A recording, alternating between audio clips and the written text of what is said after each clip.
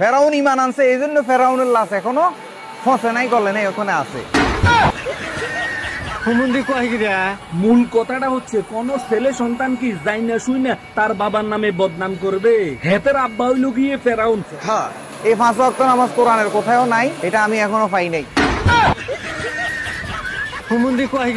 এত হইল ফেরাউনের পোলা। হেতের আব্বার লেখা কোরআন শরীফের কোথাও খুঁজে পাওয়া যায় নাই 5 ওয়াক্ত নামাজ ফরজ।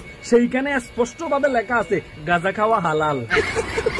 এই জন্য শতানের বাচ্চা সকাল বিকেল গাঁজা খায়, গাঁজা খাইয়ে এখন বলতেছে ইমাম মাহাদি সম্পূর্ণ মিথ্যা কথা। এইটা কোরআন শরীফের কোথাও লেখা নাই। ইমাম মাহাদি কোরআনের কোথাও আসে না, এটা হাদিসে আসছে। কোন একটা শহর থেকে উনি আসবে, হ্যাঁ, আইসা তার ফাঁসার কাপড়টার উঠাইয়ে একদম জলইয়েছিবে উগতি তার ফাঁসা বরাবর ঠাস ঠাস করে পিড়ি হাতের জিগাইব।